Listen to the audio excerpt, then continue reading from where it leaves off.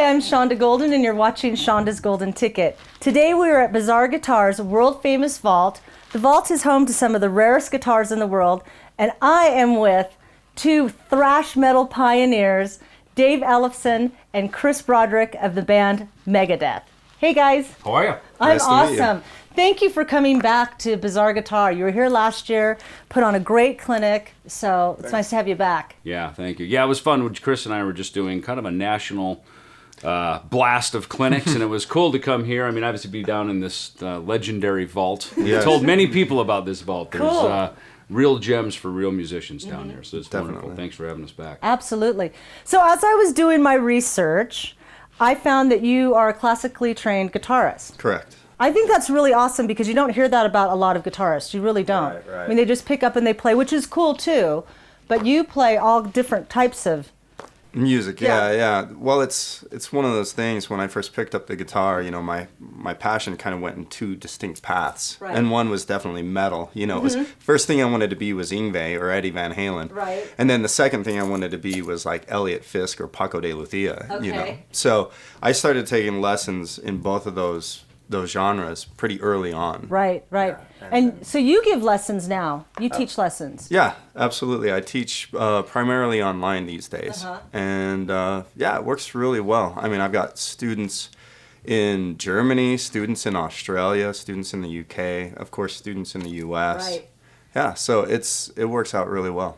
I love that you teach online because that gives so many kids, even adults, but it gives people the opportunity to learn from like the best. Yeah, I think the internet definitely makes the world a much smaller place because now somebody that's, you know, in the middle of Wisconsin Right. on a farm or something like that can take from somebody that lives in, you know, Los Angeles or anywhere else, you know, whoever they would see fit to take from. So Right.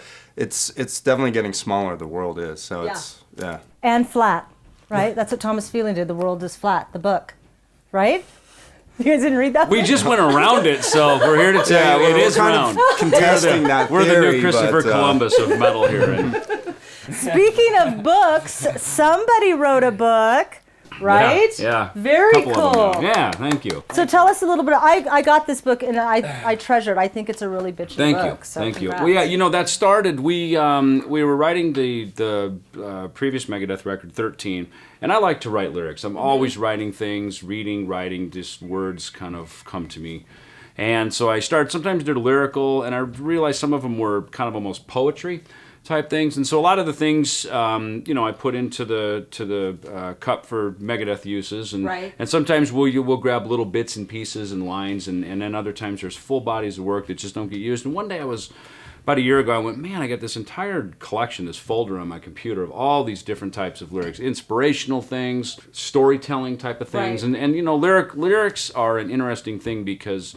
you know, a poem is one thing, a story is another, a lyric is a whole different type of writing, Right. and especially as musicians, I think we tend to pick up our guitars, we write songs, and then go, oh man, now I got to tell a story over this and try to Right. fit some words. So that's one approach. This approach was more, I have these stories, these little vignettes, so kind of set aside here, and rather than trying to now figure out how to put music to it, I came up with the idea to put photographs with it. I love that. And let photographs tell the story rather than it always having to put words to music. And that's essentially what the Unsung book is. Yeah, it's beautiful. I love it. I enjoy it very much. Thank you. Now, are you going to do any other types of art medium? Are you going to stick just with photography or? No, you know, it's interesting because some of the lyrics in there, some people have contacted me, and I said that the part of what I did with that and when I published it is through blurb.com, so it's a self-published thing, so people can Which just is go very to cool. blurb.com. I thought you were going to and get buy it. into ice sculpture too.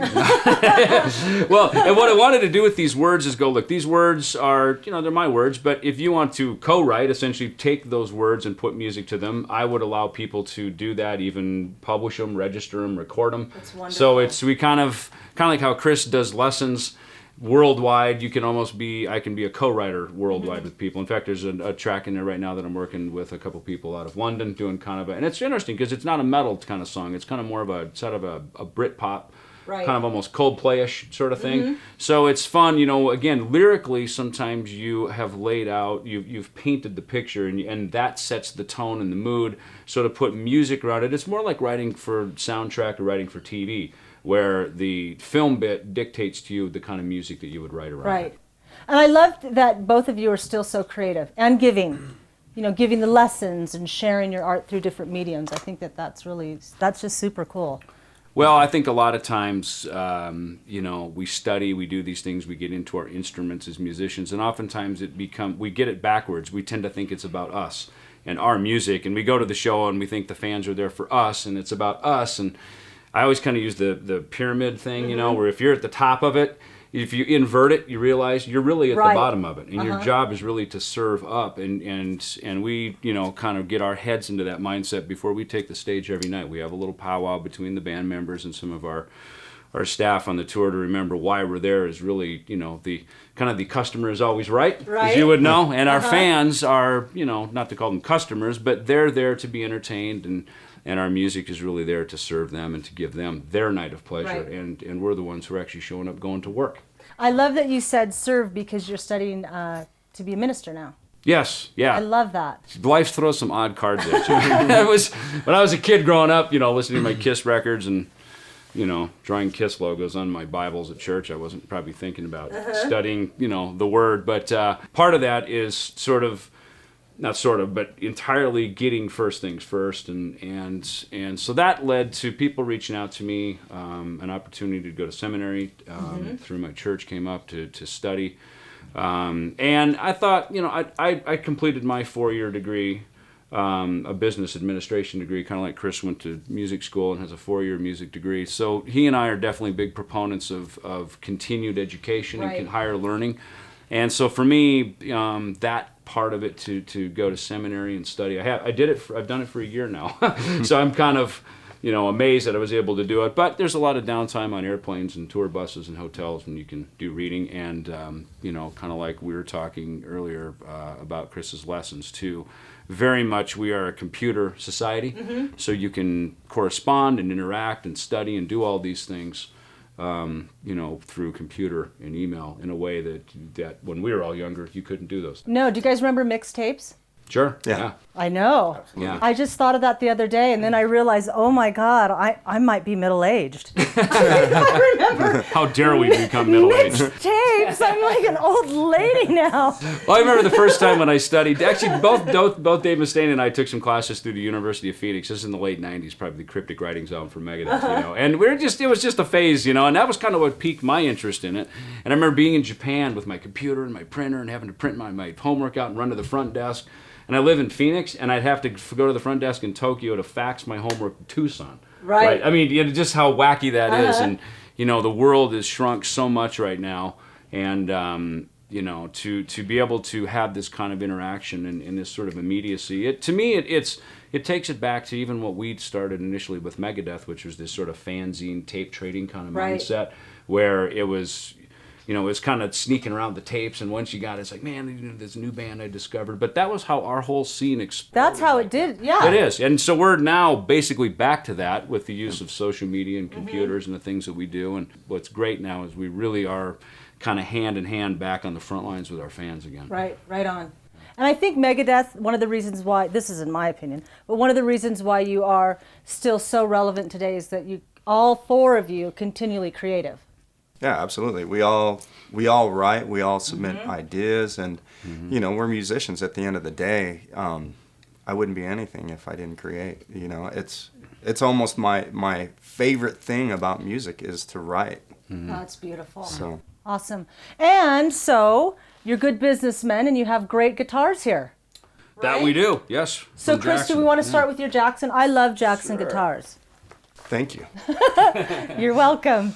So this is one of many great Jackson guitars, I should say. But the coolest thing about this was that they gave me free reign. Okay. You know, to do anything I wanted with this thing. It was one of those things where I was like, first of all, if you look at the asymmetrical body, Right. you know, you might wonder, well, why would you want that? But the thing is the balance on this is so good. You know, if you put it on, it doesn't The neck doesn't dive. It sits right where you want it to, wherever you put it. Very cool. And that's because of the way the body design and the mass behind the body, which also serves the function of great tone. And so we went after that with the body. And then the headstock, I'll start at the headstock.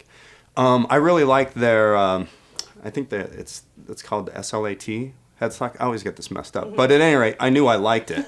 And I love reversed headstock. So I had them reverse it and then streamline it, just the hair, just shave it just a little bit. Right. And for my 7 strings, this really solved a huge issue. Because if you have too much length on your 7th string right there, and you're playing on this side, the string will ring out as you're playing on this side, and it sounds horrible because it's usually not in tune with what you're doing, right? So I had him use this headstock for that, and that solved that issue, and it looks really killer. And then I had him put Planet Waves tuners on that, on the back. These are they're really precise and they're really accurate, and then they also trim the string for you too. So it always looks good. Floyd Rose Tremolo Low Pro, and another first that Jackson actually initiated for me on that was that they contacted Floyd Rose about doing the Low Pro version for a 7-string, which they had never done. Oh, wow. Yeah, so I was very pleased about that because the fine tuners would get in my way when I'd be picking, so I wanted that streamlined on the Low Pro version. Very cool. Some other things, stainless steel frets. If you want to, do really fast legato or really hard playing, you're not going to divot the frets. They're not going to wear out over time or anything like that. And then the two-handed tapping stuff, you need a lot of that velocity. Right on. So the stainless steel frets were necessary. I love a really curved radius because I used to dabble in the violin a little bit, and I really like the radius on the violin. And so this is a 12-inch radius. I've got these custom DiMarzios that I call them the fundamentals, but I don't know that they have a name yet, but they're exclusive to this guitar. They're a little bit above average output, but what I did was I took some of my favorite pickups and I put a bump in the mid-range area, like the 550 hertz area, bumped that up a little bit, and then the 3K area a little bit, just to kind of balance it out. And so that's what I did with these pickups. Very cool. Yeah, the tone is pretty interesting actually, because I'm not a big fan of tone knobs. I think they're a really cheap form of EQing, Right. So when this is actually pushed down, the tone knob doesn't even exist in the line. It's totally out of the picture. And then when you pull it up, that's when you engage the tone. So the reason I did that is because anytime you put these pots in line of passive pickups, you lose signal. You attenuate the pickups. So I didn't want to lose any signal from these pickups, so push that down, tone knob doesn't do anything to it. Oh, right on. Yeah. And Very then cool. just a kill switch. And then what about you, Dave? Yes, well, first of all, Jackson is very much a Sure. high-performance instrument. Yes. And- I love Jackson guitars. And I think for us is very much in the DNA and the fabric of Megadeth. Right. And has been for many, many years, and pardon me, Christopher. But, headstock on down, we used hip shot tuners.